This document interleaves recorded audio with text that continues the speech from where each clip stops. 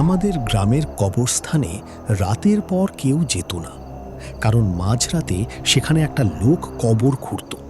কিন্তু সে মৃত মানুষকে কবর দিত না, সে নাকি কাউকে বের করার চেষ্টা করত। আর যেদিন গ্রামের রফিক তাকে ফলো করেছিল, সেদিনের পর রফিক আর আগের মতো ছিল না। গ্রামের নাম শালবনী। ছোট শান্ত গ্রাম, কিন্তু গ্রামের একপাশে পুরনো কবরস্থান। সবাই জানত রাতে করিম কাকা বের হয়।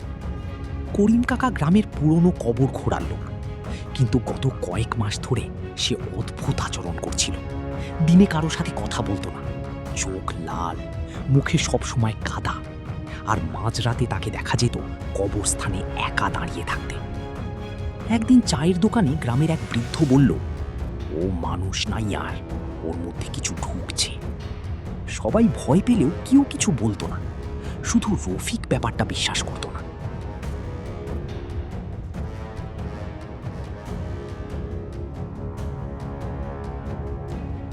রফিক ছিল গ্রামের বখাটে টাইপ ছেলে, ভূত টুত বিশ্বাস করত না।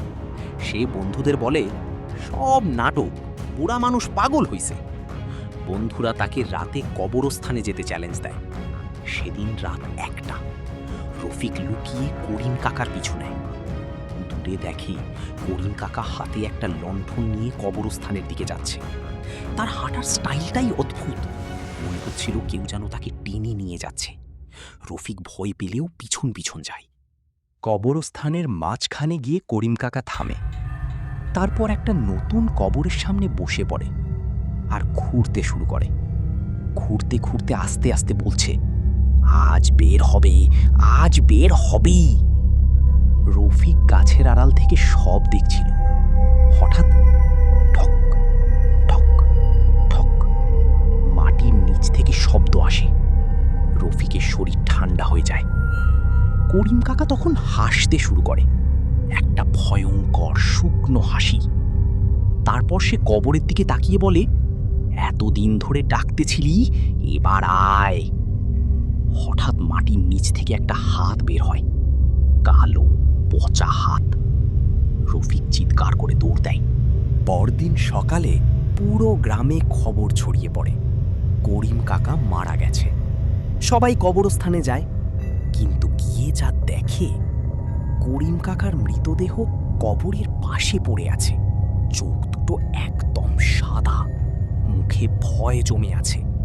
আর যেই কবরটা খোঁড়া হয়েছিল, সেটা একদম খালি, কোনো লাশ নেই।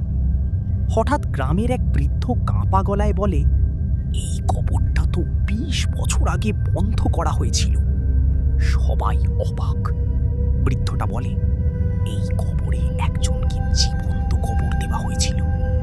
পুরো জায়গা নিস্তব্ধ। 20 বছর আগে গ্রামের এক লোককে ডাইনি বলে জীবন্ত কবর দেওয়া হয়। লোকটার নাম আজিম। মরার আগে সে বলেছিল, আমি ফিরব, তোদের সবাইকে নিয়ে যাব। তারপর থেকেই গ্রামের অদ্ভুত মৃত্যু শুরু হয়। আর করিম কাকা ছিল সেই ঘটনার একমাত্র জীবিত সাক্ষী। বলা হয়, আজিম নাকি প্রতি কয়েক বছর পর কাউকে ডাকে, আর সেই মানুষটাই রাতে কবর খুঁড়তে শুরু করে।